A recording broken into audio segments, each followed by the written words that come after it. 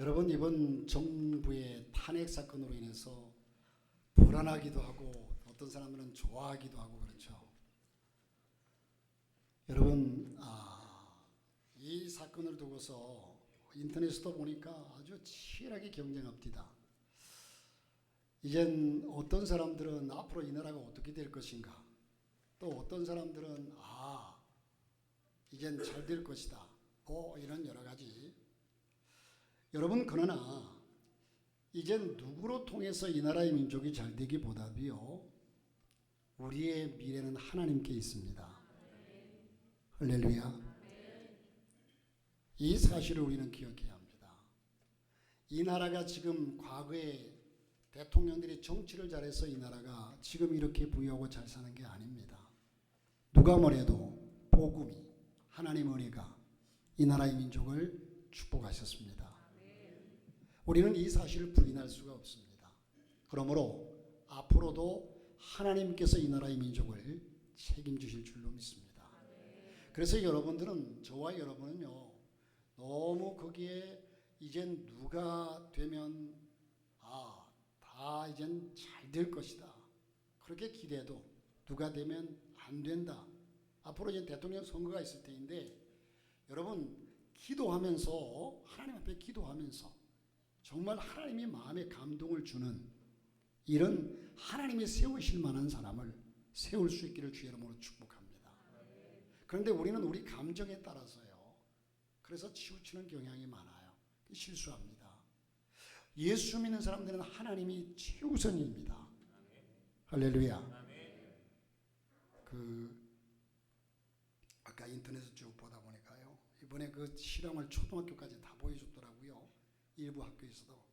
엄마가 항의를 하니까 그게 댓글들을 보니까 아주 치열해요.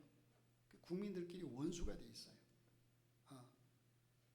그래서 그게 보니까 이제 앞으로 부부싸움 하는데도 아이들을 끼워가지고 엄마가 잘했는지 아빠가 잘했는지 확인해 줘라, 이런 얘기도 있고요.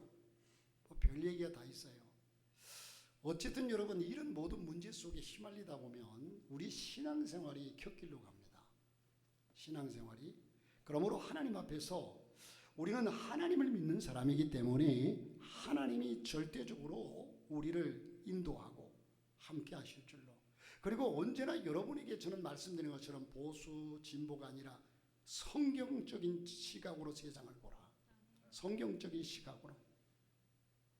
여러분, 그러므로 우리는 성경을 배경으로 성경의 사상과 성경의 중심이 우리 머릿속에 딱 박혀가지고 그것을 기준으로 판단하라는 거예요. 이게 신앙이란 거예요. 자, 우리는 어떻게 하든 간에 대책이 있는 사람들인데, 우리 인간에게 있어서 미래는 항상 두려움의 대상입니다. 왜냐하면 한 치 앞을 볼 수 없고 알 수 없는 존재가 우리 인간이기 때문입니다. 때로는 미래에 대한 핑크빛의 긍정적인 기대감도 있지만, 반면에 미래는 내가 주관할 수도 없고 불확실한 요소들을 갖고 있기 때문에 항상 불안하게 사는 것이 우리 솔직한 심정입니다. 여러분, 한 조사에 의하면 우리나라 국민의 60% 이상이 일상적으로 불안을 느끼며 살아간다고 합니다. 정치적인 불안, 경제적인 불안, 건강적인 불안. 자, 여러분, 그래서 오늘날 우울증 환자도 급증하고 있습니다. 그 정도의 차이가 얼마인지 차이가 있을 뿐이지만 10년 전에 비해서 우울증 환자가 63% 증가했다고 합니다. 정말 놀라운 일이 아닙니까? 그래서 보건복지부에서는요, 전 국민을 대상으로 우울증 검사를 건강보험 정기 검진 항목에 포함시킬 예정이라고까지 발표를 했습니다. 여러분, 이런 스트레스와 모든 것으로 인해서 생겨난 이 우울증이 불안 때문에 그렇거든요. 불안, 초조. 앞으로 어떻게 될까? 그게 너무 인간적이. 여러분, 하나님께 다 내어 맡기고, 할렐루야, 나라와 민족도 하나님께 맡기고 나도 맡기고 우리가 하나님께 맡기고 기도하면서 하나님 의지하고 살아갈 때에 그 하나님께서 내 주인이 되시고 그 하나님께서 나의 이젠 능력이 되실 줄로 믿습니다. 내가 하려고 보니까 싸움이 일어나고요, 내가 하려고 보니까 여기에 문제가 제기되고요, 내가 하려고 보니까 걱정이 생기고 스트레스가 생기고 하나님께 맡기자는 겁니다. 자, 여러분, 이러한 불안 심리는요, 특정한 세대만의 문제가 아닙니다. 중년층, 노년층 세대는 물론이고 장년에서 청년 세대까지 모두 불안해합니다. 미래에 대해서 이 불안 심리는 전 세대에 걸쳐 나타나는 현상입니다.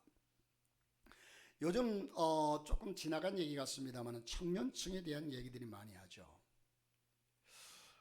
어렵게 대학에 들어가고 졸업을 해도 취직이 어렵고 미래가 암담해 보입니다. 지금 현실이 그렇죠. 사실 예전에는 어쨌든 대학 나와야 된다고 생각했는데 지금은 그런 세대가 지냈어요. 자기의 전공 분야에서 남보다 우선자가 되면 성공자가 될 겁니다. 취직을 해도 직장에서 언제 어떻게 될지 모릅니다. 이러한 시대상을 발언하는 자조적인 표현들이 젊은 세대에서 많이 나오는데, 예를 들면 요즘은 좀 지나간 얘기 같습니다. 이태백이라고 그랬잖아요. 무슨 말이죠? 네? 속삭이지 말고 크게 얘기해 보세요. 네? 20대 태반이 백수다. 그럼 38선은 요즘 젊은들의 그 아주 신조어가 내지는 또 그 줄임말이 아주 나이 든 사람들은 무슨 얘기인지는 몰라요. 38세에 퇴직 준비해라. 4, 5점은 45세 정년이다. 5, 6도는 56세까지 하면 도둑이다. 아예 고전이 됐고요. 신조어가 속속 등장하는데 최근에 보니까 3포 세대라고 합니다. 지금 젊은이 3포 세대. 세 가지를 포기한 세대. 뭘 포기했느냐? 뭘 포기했죠? 그 이전에 결혼하기 전에 뭐 해야 돼요? 젊은이들이 연애를 포기했어요. 여러분 주변에 그런 사람들 많이 있어요, 없어요? 할렐루야. 이건 문제예요. 때가 되면 짝을 찾고 때가 되면 만나야 되는데 연애를 포기했어요. 안 만난다는 거예요. 혼자 사는 게 편하다는 거예요. 이게 이제는 앞으로 살아갈 것을 미래를 보니까 이 젊은이들의 생각이, 왜냐하면 저들이 욕심 때문에 따지고 보면 나는 이 정도 살아야 되는데 이 정도 사람 못 만난다. 우리의 삶의 기준을 엄청 자기 나름대로 높여놓고 그러지 못할 것 같으면 혼자 사는 게 낫다는 거죠. 연애를 포기하고 그 다음에 결혼을 포기하고. 여러분 요즘 젊은이들이 요즘 특별히 인기가 있는 좀 그 가수들이나 연예인들을 보면요, 가만 보면 전부 결혼 안 했어요. 왜? 인기 관리하기 위해서도 그렇고. 그리고 지금 결혼 연령이 제가 결혼할 때 그 청년 때만 하더라도 보통 20대 중반이 결혼 연령 정년기라고 했어요. 그런데 지금은 얘기 들으면 30대 중반이 결혼 정년기래요, 지금은. 그럼 어떻게 됩니까? 40대가 되면 벌써 40이 넘어가면요, 노산이 돼요.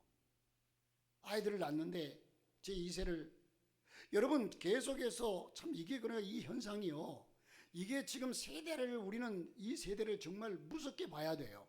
그런데 이 세대를 자연스럽게 보는 사람, 뭐 그 사람은 그걸 인정해 줘야 된다고, 대한민국이 죽어가고 있다고 어떤 사람이 얘기를 해요. 대한민국이 왜? 자녀를 안 낳으니까. 점점 인구가 줄으니까 죽어간다는 거예요. 이게 정말 앞으로 큰 문제예요, 이대로 간다면. 여러분 출산하는 것은 하나님께서 명령하신 거예요. 그래서 우리 젊은이들 연애하세요. 연애하세요. 아멘 안 해. 다 애인이들이 있나? 그리고 결혼하세요. 아멘. 그렇지. 예. 해야 돼요. 자, 그 다음에 여러분 결혼을 했는데 또 뭘 포기했죠? 출산을 포기했어요. 이게 얼마나 심각한 문제입니까? 연애를 포기하고 결혼을 포기하고 출산을 포기했어요. 왜? 이것이 자기들이 보기에는 미래가 암담하니까. 자, 이런 말들은 주로 경제 문제에 초점을 맞추고 있는데, 어디 우리 인생 문제가 경제 문제뿐이겠습니까? 건강 문제, 노후 문제, 불의의 사고 문제 등 수두룩합니다. 세계를 바라보면, 여러분 세계 정세를 바라보면요, 정말 불안해 살 수가 없어요. 거기에 좀 관심을 갖다 보면. 정말로 전쟁이, 여러분 지금 미국 이북하고 북한하고요, 이 전쟁이 분명히 언젠가는 한번 날 거라고 생각해요. 전쟁이 한번 날 것이다. 여러분, 그 사람들이 못 막아요. 그러나 그 전쟁은 하나님께 속한 것이니 우리 그리스도인들이 정신 차리고 이 나라가 복음화된다면 하나님이 이 나라를 지키실 거예요. 그러니까 저는요, 이 모든 문제가 그리스도인에게 있다고 생각해요. 나라가 잘 돼도 못 돼도, 잘 돼도 그리스도인들 때문이고 못 돼도 그리스도인들 때문이에요. 그리스도인들이 하나님 말씀에 바로 서면, 제가 언젠가 여러분, 내가 하나님의 사람으로 하나님의 말씀 안에 바로 선다면 세계 역사는 나를 중심으로 해서 돌아간다는 거예요. 이 나라 이 민족의 역사는 나를 중심으로 돌아간다는 거예요. 그러니까 이 나라 이 민족의 그리스도인들이 바로 서서 하나님 말씀 안에 바로 서서 교회가 바로 서면 교회 중심으로 세상이 돌아갈 거예요. 교회가 빛의 역할을 감당을 못해요. 소금의 역할을 감당을 못해요. 지금 교회들을 보세요. 이게 여러분 교회들의 모습이요, 큰 죄를 지어서가 아니라 점점 식어져 가고 있어요. 좋은 게 좋은 거다. 너무 편해져요.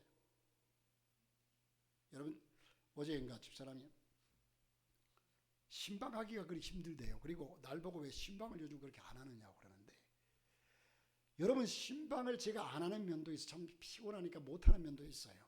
그런데 새로 오신 분 얘기를 하다 보면, 집에 예배 한번 드리시죠 하면 전부가 다 신방을, 여러분 여기에서 투표를 해서 결정하자고 한다면요, 거의 신방을 원치 않을 거야 아마. 그래서 교회들마다 이제 또 보니까 이 코로나 지나고 나서 이 친구 목사님들, 동기 목사님들 보니까 원하는 가정만 써내면 한대요. 그러니까 신방이 거의 없대요. 신방을 가서 그 가정의 사정을 알고 형편을 알고 처지를 알고 어떻게 사는지 그걸 확인하고 목회자가 기도하고 함께 해야 되는데, 교회 와서 예배만 안 드리면 그것으로 끝이에요. 그러니까 관계가 깨져요. 자, 어쨌든 우리는 여러분, 말씀에 좀 자꾸 빗나갑니다만은 건강 문제, 노후 문제, 사고, 이런 생각을 하나씩 하다 보면 정말 착잡합니다. 그러면 여러분, 이런 불의한 미래를 위해서 대책은 없는 걸까요? 있습니다. 오늘 성경 본문을 보니까 우리에게 미래를 위한 대책은 전능하신 하나님에 대한 믿음이라고 증거합니다.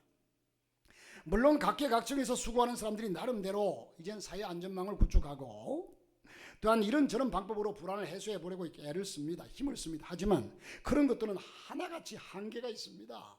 정치도 한계가 있고요, 또한 사업가도 한계가 있고요. 지금 여러분, 이젠 이런 일이 올 줄 몰랐잖아요. 트럼프 대통령이 이젠 관세를 25% 30% 막 이렇게 올리니까 지금 온 세계가 지금 다 긴장을 하고 있어요. 여러분, 우리는 이런 것을 해소해 보려고 애를 씁니다만, 하지만 그런 것들은 한계가 있다는 거죠. 진정으로 미래를 위한 온전한 대책은 믿음입니다. 그래서 오늘 설교 제목이 우리에겐 대책이 있다. 그렇습니다. 오늘 내가 믿음으로 무장하면 내일을 두려워하지 않아도 됩니다. 이 세상에서 확실한 믿음으로 살면 죽음 후의 세상을 걱정할 것이 없잖아요.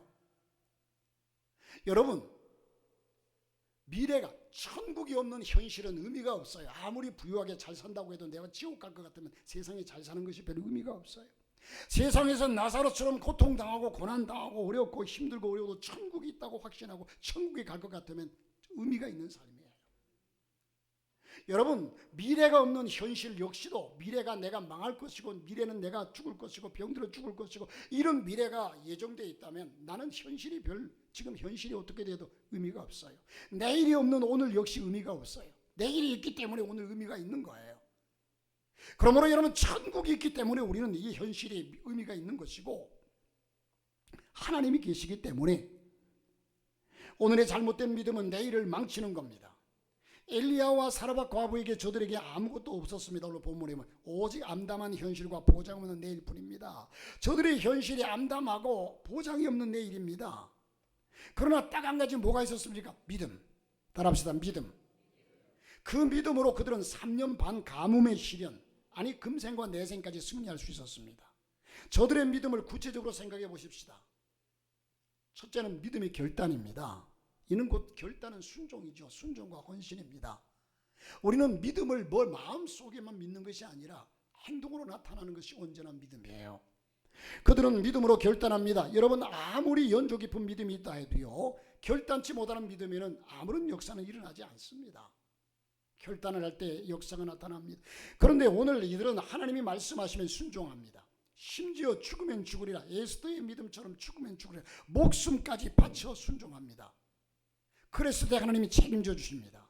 하나님은 오리발이하게 그냥 믿는 척하고 흉내 크는 곳에 역사하지 않아요.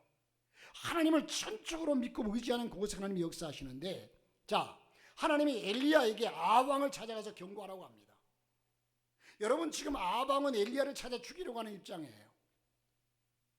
지금 또 우상을 섬김으로 통해서 결과적으로 그 3년 6개월 동안 비가 오지 않는데, 아방을 찾아가서 경고하라.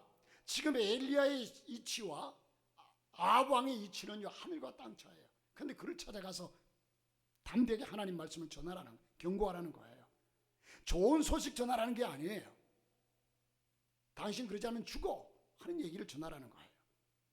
그런데 이런 환경 속에서 모세를 보낼 때에 내가 어찌 나는 입술이 둔한 자입니다. 내가 못 갑니다 할 때 하나님께서 내가 너와 함께 하리라. 자, 이런 상황 속에서 이 엘리야는 순종합니다. 엘리야가 하는 모든 과정 속에 하나님 앞에 하나님 내가 왜 이래야 되는데요? 토를 달지 않았어요. 한마디 거기에 불평을 내색하지 않았어요. 하나님이 엘리야에게 아왕을 찾아가서 경고하라니까 순종하는 이 사실은 속되게 말하자면 죽으려고 환장한 거죠. 그래도 순종합니다. 누가 고양이 목에 방울을 달까? 누가 이 사실을, 하나님이 말씀하신 이 사실을 지금 아합에게 가서 전할까? 누가 전해도 가만두지 않을 텐데. 자, 그러나 엘리야는 담대히 가서 바로에게 고합니다. 그리고 그리시대가로 피하라고 하니까 또 순종합니다. 여러분, 열왕기상 17장 2절부터 4절을 보면 여호와의 말씀이 엘리야에게 임하여 이르시되 너는 여기서 떠나 동쪽으로 가서 요단 앞 그리시네가에서 숨고 그 시냇물을 마시라. 내가 까마귀에게 명령하여 거기서 너를 먹이게 하리라. 여러분, 그곳은요, 인간적으로 그리시네가는요, 요단 동편 그리시네가는 그곳은 인간적으로 생각하면 이방 지역을 향해 가는 거니까 결코 안전지대라 생각할 수가 없는 곳입니다. 엘리야는 그래도 순종하니까 기적이 나타나는데 열왕기상 17장 5절 6절에 보니까 그가 여호와의 말씀과 같이 하여 곧 가서 요단 앞 그리시네가에 머물매 까마귀들이 아침에는 떡과 고기를 저녁에도 떡과 고기를 가져왔고 그가 시냇물을 마셨으나, 여러분, 거기서 시냇물을 마시면서 이젠 그 떡과 고기를, 여러분, 거기에 있는데 떡과 고기를 가져다 줬다. 이거는 성경에서나 가능한 얘기지 우리는 상식선에서 볼 때는요 절대로 일어날 수 없는 일이에요. 믿음이 없으면 이 말씀을 못 믿잖아요. 아니, 그런 거짓말이 어디 있어요, 목사님? 거기 갔는데 떡과 고기를 아침 저녁마다 까마귀가 물어다 줬어요. 어디서 물고 왔을까요? 몰라요. 그러나 분명히 이 일은 일어났습니다. 이젠 그런데 이 엘리야가 그가 여호와의 말씀과 같이 하여, 하나님 말씀대로 순종하여, 그가 여호와의 말씀과 같이 하여라고 말씀합니다. 그렇습니다. 우리는 하나님 말씀 앞에 왜 그렇게도 핑계가 많은지 몰라요. 내 뜻을 관철하려고 내 뜻이 하나님 뜻이냐. 이제 엘리야처럼 여호와의 말씀과 같이 하시기를 주 이름으로 축복합니다. 이것은 순종입니다. 하나님 말씀이 말도 안 되는 말씀에 순종하는 겁니다. 엘리야는 그곳에서 한참 잘 지냈죠. 그런데 그리시네가에서 물이 마릅니다. 계속 가무니까. 그러자 이번에는 하나님이 사르밧 과부에게 가라고 말씀합니다. 그것은 여러분 완전히 이방 지역이고 바알 숭배의 중심지가 바로 사르밧입니다. 거기 가서 가뭄을 이기라는 이 말이 됩니까? 이세벨의 친정입니다. 여러분, 이세벨이 지금 이 엘리야를 잡아 죽이려고 혈안이 되어 있는데 적진으로 간단 말이에요. 친정에 적진 깊숙이 들어간다는 겁니다. 그래도 엘리야는 한마디 거기에 왜 그래야 되는데요? 여러분, 아브라함도 하나님께서 이삭을 바치라고 할 때에 하나님 왜 내가 이 아들을 어떻게 얻었는데 이 아들을 바치라고 합니까? 하나님이 약속이 어긋나지 않습니까? 하늘의 별처럼 땅의 티끌처럼 바닷가의 모래처럼 이렇게 자손이 번성하라고 해놓고 이 이삭을, 그것도 이삭의 씨에서 그렇게 드리라고 말씀해놓고 이삭 앞뒤가 안 맞는 일을 하나님은 시켜요. 그런데도 불구하고 아브라함은 예 알겠습니다, 예 알겠습니다. 여러분의 머리가 똑똑한 것처럼 생각하지만 천만의 말씀입니다. 하나님의 말씀을 근거로 여러분 순종하시기를 주 이름으로 축복합니다. 이게 믿음입니다. 자, 8절 9절 말씀에 여호와의 말씀이 엘리야에게 임하여 이르시되 너는 일어나 시돈에 속한 사르밧으로 가서 거기 머물라. 내가 그곳 과부에게 명령하여 네게 음식을 주게 하였느니라. 그 말씀에 엘리야의 반응이 어떻습니까? 인간적으로 헷갈렸을 겁니다. 그래도 군소리 없이 순종합니다. 10절에 보니까 그가 일어나 사르밧으로 가서 성문에 이를 때에 한 과부가 그곳에서 나뭇가지를 줍는지라. 그는 사르밧으로 가서 과부를 만납니다. 기왕이면 부자인 과부를 만나면 좋을 텐데 이 여인은 어떤 여인입니까? 너무 가난해서 외아들과 함께 마지막 한 끼 해먹고 죽으려고 결심한 여인. 양식이 있는데도 이젠 죽으려는 게 아니라 먹을 것이 없어서 이젠 견디다가 죽을 수밖에 없는 상황. 그런데 그 여인이 하나님께 대한 소문을 익히 듣고 있었던 믿음의 여인이었던가 봅니다. 그래서 그녀에게 엘리야가 무엇을 요구합니까? 맨 처음엔 물을 좀 달라고 테스트를 합니다. 이에 응하니까 여러분 물도 쉽지 않아요. 그 가뭄에 먹을 물을 쉽게 준다는 것도 쉽지 않은 일입니다. 그런데 정식으로 요구합니다. 하나님이 지시한 말씀 그대로입니다. 13절과 14절에 엘리야가 그에게 이르되 두려워하지 말고 가서 네 말대로 하려니와 먼저 그것으로 나를 위하여 작은 떡 한 개를 만들어 내게로 가져오고 그 후에 너와 네 아들을 위하여 만들라. 이스라엘 하나님 여호와의 말씀이 나 여호와가 비를 치면이 내린 날까지 그 통에 가루가 떨어지지 아니하고 그 병의 기름이 없어지지 아니하리라 하셨느니라. 할렐루야, 할렐루야. 여러분 벼룩의 간을 빼먹지. 벼룩의 간을 빼먹지. 그 가난한 여인에게 떡을 요구하는 게 쉬웠겠습니까? 여러분 이 사실을 여러분은 실감할지 모르지만 저는 목회하면서 목회자로 생각해 볼 때 결코 쉬운 일이 아니다. 여러분 제가 때로는 11조 얘기라고 헌금 얘기를 할 때 쉽게 목사니까 돈 거두려고 그냥 뭐 하려고 하는 줄 알아서 천만의 말씀. 설교할 때 이 물질적인 얘기하기가 제일 힘들어요 목회자는. 왜? 양심이 있기 때문에. 저분들이 오해하지 않을까. 여러 가지 생각에 젖어들죠. 자, 이런 갈등이 생길 수 있지만 하나님의 말씀으로 순종하니까 사르밧 과부도 순종합니다. 여러분 그리고 여기서 사르밧 과부의 결단을 보십시오. 죽으면 죽으리라. 놀라운 순종과 헌신입니다. 15절 16절에 그가 가서 엘리야의 말대로 하였더니 그와 엘리야와 그의 식구가 여러 날 먹었으나 여호와께서 엘리야를 통하여 하신 말씀 그와 같이 통의 가루가 떨어지지 아니하고 병의 기름이 없어지지 아니하니라. 여러분 이건 참 성경 속에서는 아니면 옛날 동화 속에 옛날 아주 고리적 그런 얘기 속에서는 나올 만한 얘기고 이거는 말 그대로 얘기에 불과한 것이라고 생각하지만 현실입니다. 여러분 여기 가끔씩 제가 그런 얘기를 합니다만 안성에 우리 동기 목사님 서인원 목사님이 가서 목회하실 때요. 안성 지금 엔디의 마전 교회였는데 지금 동안성 교회. 그 교회를 들어가다 보면요 개울가가 있어요. 개울가에 조그만 다리를 건너서 교회를 들어가요. 그런데 그 교회에서 부흥회를 했는데 그때 부흥회 주제가 우리는 대책이 있다. 대책이 있다. 막 이렇게 외쳤어요. 대책이 있다. 그래서 부흥회 시간마다 우리는 대책이 있다. 손을 들고 대책이 있다. 여러분 힘들고 어릴 때마다 나는 대책이 있다. 대책이 있다 하고 외치라는 거예요. 머리에 박혔어요. 그런데 부흥회가 끝나고 일주일 뒤인가요? 아주 비가 얼마나 많이 왔는지 막 개울물에 막 물이 어마어마하게 쏟아 내려가는데 그 교회 여집사님 한 분이 나와가지고 자기 논이 어떻게 됐나 싶어서 보니까 막 논두렁이 물에 다 휩쓸려 떠내려가요. 우리 논 다 휩쓸려 간다고 막 발버둥 치다가 물에 휩쓸려 버렸어요. 물에 휩쓸려가지고 물에 막 떠내려가는데 그때 정신이 바짝 들어서 대책 있다 하고 두 손을 들고 했더니요 이 물길에 휙 휩싸이더니 그 옆에 큰 바위가 있는데 바위 위에 가서 뚝 떨어지더래요. 이분 실제적으로 있었던 간증이에요. 에이 목사님 설마 믿음대로 될지어다. 자, 그 목사님이 그렇게 간증하더라고요. 여러분 지금도 하나님은 살아계십니다. 꼭 기억하십시오. 그리고 믿으십시오. 필요하면 결단하십시오. 오늘 주변을 보면 불안해도 하나님만 바라보고 순종하고 헌신하시기 바랍니다. 그러면 하나님이 내일의 대책을 세우실 줄로 믿는데 마태복음 6장 31절 33절에 여러분 하나님 말씀도 우리 그렇게 말씀해요. 믿든 안 믿든. 그러므로 염려하여 이르기를 무엇을 먹을까 무엇을 마실까 무엇을 입을까 하지 말라. 이는 다 이방인들이 구하는 것이라. 너희 하늘 아버지께서 이 모든 것이 너희에게 있어야 할 줄을 아시느니라. 그런즉 너희는 먼저 그의 나라와 그의 의를 구하라. 그리하면 이 모든 것을 너희에게 더하시리라. 여러분 마중물을 아시죠? 옛날에는 펌프로 그냥 물을 지하에서 올렸어요.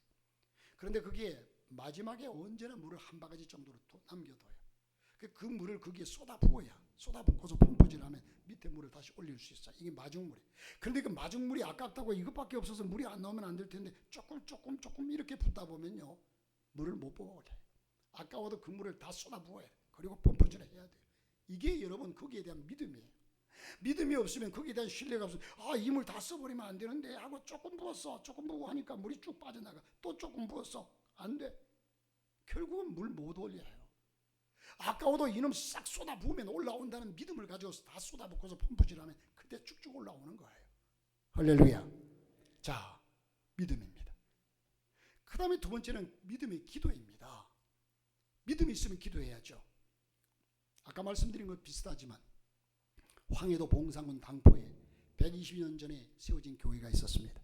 교회엔 신앙심 깊은 노부부가 살았는데 어느 여름 노부부가 밭에서 김을 메고 있는데 어떤 한 소년이 달려오더니 할머니 큰일 났어요. 할머니 집이 불이 났어요. 외칩니다. 할머니는 조금도 당황하지 않고 그 자리에서 바로 무릎을 꿇더니 하나님, 이제까지 잘 먹여 주시고 입혀 주시며 잘 살게 해주셨으니 감사합니다. 집이 불다 없어진다고 해도 하나님께서 나는 돌봐주실 줄 나는 믿습니다. 이렇게 기도했다고 합니다.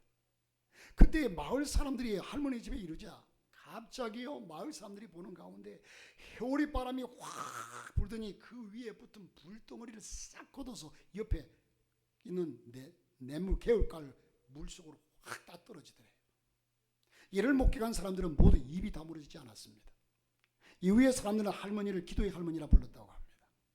예전에는 이런 기적들이 많았습니다. 병 고치는 역사도 많았습니다. 그런데 여러분, 지금은 왜 없을까요? 하나님의 능력이 없어서. 그것은 바로 믿음의 차이입니다. 오늘 현실 속에 있는 사람들은 어떻게 하든 내 힘으로 고쳐보려고, 내 힘으로 해보려고 노력을 하지, 하나님께 기도하지. 여러분, 예전에 우리 성도들은요, 주의 종들도 그러고요, 금식 기도를 밥 먹듯이 했어요. 금식은 목숨을 건 거예요. 목숨을 건다는 얘기는 그만큼 믿음이 하나님이 해줄 줄을 믿기 때문에 목숨을 거는 거예요. 40일을 금식합니다. 21일 동안을 금식합니다. 그러면서 하나님께 목숨을 걸고, 왜? 그만큼 목숨을 건다는 얘기는 하나님이 분명히 해줄 줄로 믿는다는 믿음이 있기 때문에 목숨을 거는 거예요. 그런 기도가 사라졌어요. 그러니까 하나님은 언제나 세대를 막론하고 하나님은 그 믿음 속에, 그 기도 속에 역사하시는 분이십니다. 기도 외에는 어떤 기적도 경험할 수 없습니다. 기도 외에는 이런 유가 날 수 없는 이라고 말씀합니다. 기도는 결코 헛되지 않습니다. 기도하는 자에게 하나님의 손길이 떠나지 않는다는 겁니다. 말씀을 묵상하고 믿음으로 하는 기도는 놀라운 힘이 있습니다. 엘리야도 사라밧 과부도 믿음으로 기도했습니다. 그럴 때 하나님의 역사가 나타났습니다. 누가 뭐래도 엘리야는 기도의 사람입니다. 순간마다 얼마나 기도했습니까? 특별히 과부의 외아들이 죽는 기가 막힌 상황에서 어떻게 기도하나 보십시오. 열왕기상 17장 21절부터 22절을 보니까 그 아이 위에 몸을 3번 펴서 엎드리고 여호와께 부르짖어 이르되 내 하나님 여호와여, 원하건대 이 아이의 혼으로 그의 몸에 돌아오게 하옵소서 하니 여호와께서 엘리야의 소리를 들으심으로 그 아이의 혼이 몸으로 돌아오고 살아난지라. 여러분, 이 말씀을 믿습니까? 믿어지십니까? 간절한 믿음으로 기도한 겁니다. 그때 그 아이가 살아났습니다. 그러므로 여러분, 내일이 불안합니까? 내일이 두렵습니까? 기도하십시오. 여러분, 지금 여러분의 싸움과 여러분의 힘과 여러분의 능력으로 해결되지 않아요. 기도해야 합니다. 사실 나라와 민족을 위해서도요, 기도해야 돼요. 우리 그리스도인들은 하나님께 엎드려 기도해야 돼요. 여러분의 개인의 문제, 건강의 문제, 가지 문제로 하나님께 앞에, 여러분 한숨 소리는 큰데 기도 소리는 줄어들고 있어요. 우리는 우리의 한숨 소리보다, 걱정 근심 소리보다 기도 소리가 커야 합니다. 교회에서 기도가 터져 나와야 합니다. 하나님은 살아계시기 때문에 하나님께 목매어 부르짖으라는 겁니다. 성경의 기도에 관해서는 거의 부르짖으라고 말씀하시지 묵상하라고 말씀하지 않아요. 부르짖으라, 부르짖으라. 환난날에 내게 부르짖으라. 나를 부르라. 내가 네게 응답하리니. 부르짖는 자에게 하나님의 비밀을 나타내시겠다고 말씀하셨습니다. 안타까운 것은 오늘 그리스도인들이 자신의 힘이나 능력이 얼마나 있는지 모르지만 하나님께 기도하며 하나님을 의지하는 모습을 찾으려 찾지는 못합니다. 참으로 안타까운 현실입니다. 빌립보서 4장 6절에 보니까 아무것도 염려하지 말고 다만 모든 일에 기도와 간구로 너희 구할 것을 감사함으로 하나님께 아뢰라. 예레미야 33장 2절부터 3절까지 보니까 이를 행하시는 여호와, 그것을 만들며 성취하시는 여호와, 그의 이름을 여호와라는 이가 이와 같이 이르시도다. 너는 내게 부르짖으라 내가 내게 응답하겠고 네가 알지 못하고 크고 은밀한 일을 내게 보이리라.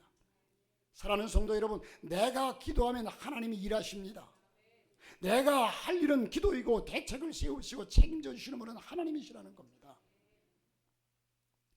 인도네시아 선교의 어떤 선교사님의 간증입니다. 여러분, 이런 얘기들이 아이고 우리가 믿음이 없으면요 이성적으로 그 얘기를 판단하면 다 거짓말이에요. 왜? 상식적으로 존립할 수 없는 얘기니까. 한국인 선교사가 무슬림 동네로 깊숙이 들어가 교회를 개척했습니다. 교인 몇 명이 겨우 얻어서 작은 교회당을 지었어요. 그런데 주민들이 핍박합니다. 설상가상으로 비가 쏟아져서 흙이 무너지면서 옆에 심겨진 큰 나무가 교회당으로 기울었습니다. 엄청 큰 나무가 교회당으로 기울었어요. 교회당이 계곡에 있었는데 그런 위험에 처한 겁니다. 또 한 번 폭우가 쏟아지면 그 큰 나무는 교회당으로 바로 넘어지게 될 수밖에 없는 상황입니다. 아무런 대책이 없습니다. 그저 기도할 뿐입니다. 그런데 이후에 어느 날 비가 쏟아집니다. 그런데 희한한 일이 벌어졌답니다.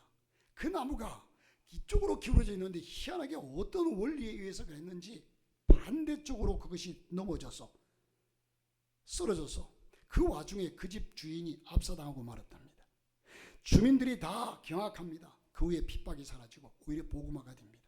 그 결과 1,000명이 넘는 교회로 부흥이 됐다는 사실입니다. 우리 교회에 개척하고서요 어떤 분이 그렇게 핍박하시더라고. 우리는 무서워서 핍박한다고. 여러분, 그리스도인들은 핍박하는 핍박을 맞서 싸워야 됩니까? 어때요? 그냥 우리 이유 없이 핍박을 당했어요. 올라와서 새벽 1시고 2시고 나와서 그 방화문 철문을 발로 차면서 두들기면서 목사 새끼 나오라는 거예요. 내가 전사였거든. 나오라는 거예요. 그러면 나가서 당신이 뭔데 그러냐고 경찰에 신고해야 됩니까? 죽은 듯이 엎드려서 둘이서 하나님께 밤새 기도해요.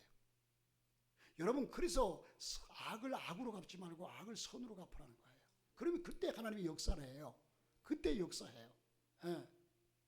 그랬더니 한 달이 채 안 됐는데요. 신방 갔다 오는데 막 그 집에 분식점을 했는데 분식점이 잘 됐어요. 아주 잘 됐어요. 그런데 이삿짐이 밖에 다 나와 있어요. 그 주인에게 물어봤어요. 저 집 왜 이사 가시냐고. 그 건물 주인에게 물어봤더니 교회가 여기 들어와서 그렇다고. 그 부인이 막 고개가 돌아가면서 이상한 일이 벌어졌어요. 근데 어디가 물어봐도 안 된다는 거예요. 병원 가도 병명이 없어요. 막 고개가 이렇게 돌아갔어요. 제가 봐도 그래. 이렇게. 그런데 교회가 들어와서 그러니까 빨리 당신들 이사 가면 당신들 죽는다고 그러더래요. 그 주인이 한 얘기예요. 제가 꾸며낸 얘기도 아니고 그 주인이 그렇게 얘기하더라고요. 그래서 두말 없이 그냥 이사 간다고. 여러분, 하나님을 대적하고 하나님 앞에 우리가 바로 서 있으면요, 대적하는 자를 하나님이 기뻐하지 아니하시고 하나님의 바로 있으면 하나님이 우리를 책임지십니다. 지금도 그 수없는 많은 경험을 했어요. 저 역시도 교회를 개척하면서. 자, 여러분, 기도는 능력입니다. 아니, 능력이기 이전에 생명입니다. 기도하는 성도 되시기를 바랍니다. 기도하는 교회 되시기를 바랍니다. 저는 우리 교회의 절대적인 사명이 기도라는 것을 새삼 깨닫습니다. 지금은 기도해야 할 때입니다. 여러분, 이 시간 하나님께서 우리를 초청하십니다. 승리와 축복이 넘치는 내일로, 이를 위해서 오늘 믿음으로 결단하기를.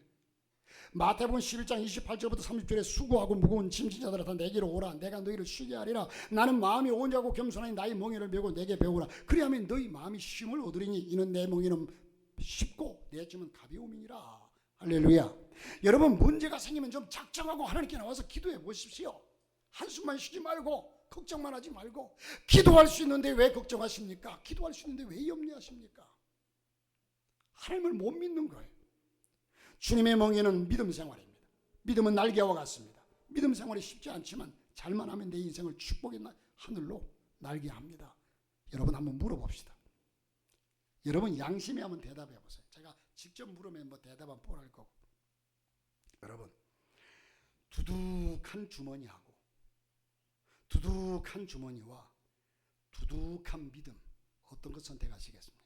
어떻게 더 든든합니까? 예?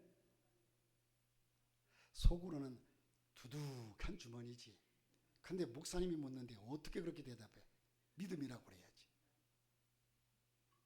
여러분, 이걸 정말 여러분의 양심이 대답해야 돼요. 두둑한 주머니와 두둑한 믿음 중에 어느 것이 든든합니까? 선택과 결단을 우리 각자의 몫입니다. 저는요, 교회 처음에 교회를 개척하고서 이제 힘들게 교회를 지었잖아요. 짓고 나서 빚이 있어서 한 달에 한 주에 헌금 100만 원씩만, 아니 한 달에 헌금 100만 원씩만 나왔으면 좋겠다. 그런데 얼마 가지 않아서 100만 원씩 나오더라고요. 한 달에 이제 200만 원씩만 나왔으면 좋겠다. 점점 올라갔어요. 그런데요, 솔직한 제 양심은요, 헌금이 매주마다 제가 헌금을 보질 않아요. 그랬더니 캄보디아의 어떤 분이 우리 교회를 통해서 선교하는 분이 있는데, 저 외부 다른 교회 분이요.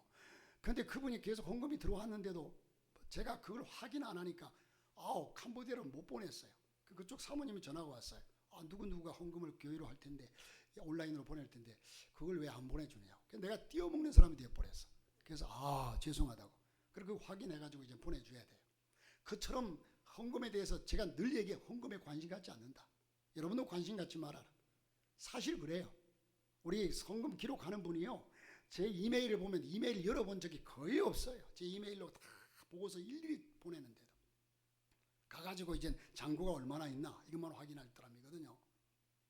그런데 그렇다고 여러분 헌금 나는 잘됐다 안심하지 마십시오. 하나님은 아십니다. 담임 목사는 몰라도 하나님은 알아요. 하나님이 아는 게 더 무섭지. 자, 어쨌든 저는요, 헌금이 나름대로 부두시 나와도요, 그럴 때보다도 하나님의 교회에 기도가 식어지면 불안해져요. 때를 따라서 저녁에도 왔는데도 누군가가 기도하고 있으면 그렇게 마음이 든든하고, 기도가 뜨거워지면 정말로 힘이 나고요, 기도가 풍성한 것이 훨씬 든든합니다. 훨씬 든든해요. 이건 솔직한 제 양심의 고백입니다. 여러분, 그래서 현실이 어려워도 기도하는 사람은 믿음이 갑니다. 하지만 현실은 부유해도 기도하지 않는 성도는 너무나 불안해요. 목회자가 볼 때. 목회하면서 그 결과를 두고 봐도 제 생각이 크게 빗나가지 않습니다. 여러분, 아라비아 속담에 이런 말이 있습니다. 탐심은 벗어난 욕망이다. 그에 따른 부정이다. 그의 칭호는 폭력이다. 또한 여러분, 탐욕과 행복은 한 번도 얼굴을 마주친 적이 없다. 여러분 착각하지 마. 탐욕의 결론은 행복일 줄 아세요? 내가 욕심을 갖고 이거 그래 더 갖자 그러면 행복 찾아올 줄 아세요? 탐욕과 행복은 절대로 한 번도 얼굴을 마주친 적이 없다는 거예요. 등지고 있어요. 탐욕을 부리면 부릴수록 행복은 도망가요. 그 탐욕이 내게 충족시키면 행복이 찾아올 거라고 착각합니다. 천만의 말씀에 탐욕과 행복은 한 번도 마주친 적이 없다. 유명한 얘기죠. 누가 그런 얘기를 했을까요? 지금 제가 했어요. 꼭 기억하시길 바랍니다. 자, 여러분, 일찍이 독일의 신학자 알프레드 델프는요, 빵은 중요하다, 자유는 더 중요하다, 그러나 가장 중요한 것은 하나님에 대한 신앙이라고 했습니다. 하나님 없는 자유는 방종, 방탕, 탈승에 이르게 합니다. 물질이 선한 물질이 되게 하고, 자유로 참 자유가 되게 하고, 지식을 선하게 만들고, 권력을 봉사의 수단이 되게 하는 것, 그것이 바로 하나님께 대한 신앙이고 충성입니다. 그러므로 가장 중요하고 가치 있고 복된 것은 신앙입니다. 여러분, 세상 어느 것에 휩싸이지 말고 마음 두지 말고 오직 하나님, 세상이 어떻게 돌아가도 내가 하나님 앞에 보러 서 있으면, 엘리야가 그 상황 속에서도 하나님은 엘리야를 보호하셨고 지키셨습니다. 예? 우리 힘으로 뭔가 할 것 같아요. 천만의 말씀이에요. 이 여인이 그렇게 마지막 것 먹고 죽으려고 하는 상황에서도 하나님 말씀에 순종했더니 사는 길이 열렸습니다. 하나님이 우선입니다. 하나님이 최고입니다. 기도하겠습니다.